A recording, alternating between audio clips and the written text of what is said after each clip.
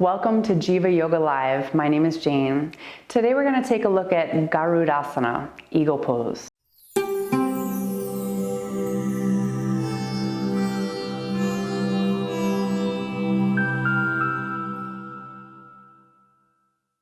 Today's pose features Garudasana, Eagle Pose. Garudasana comes from the word Garud, which means eagle, and asana, which means pose or seat.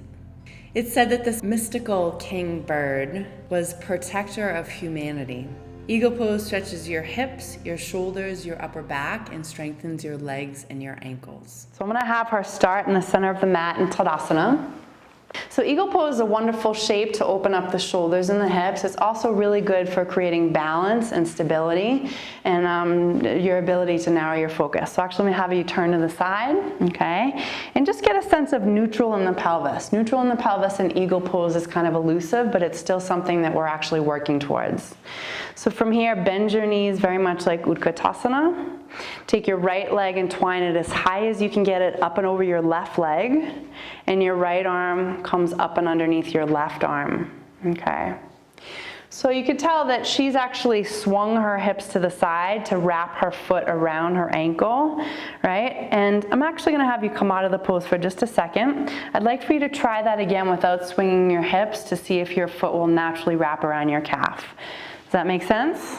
Okay, so bend the knees, right? You can take the arms out to a T, wrap the right leg up and over. Keep the hips square. Right arm travels up and under. Good. So I'm gonna have her lift her elbows in line with her shoulder heads and then pull the arms actively away from midline so she feels a stretch in the upper back. Pull the back of your heart into the front of your chest. Good, sit back a little lower. And 3 more breaths.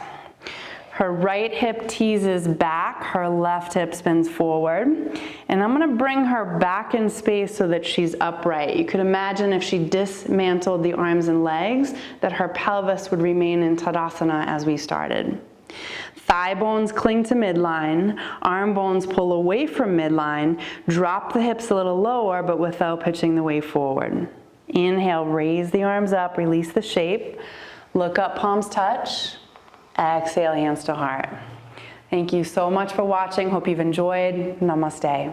Would you like to dive deeper into today's sequence? Click the link in the description to help get tips on how to deepen your practice.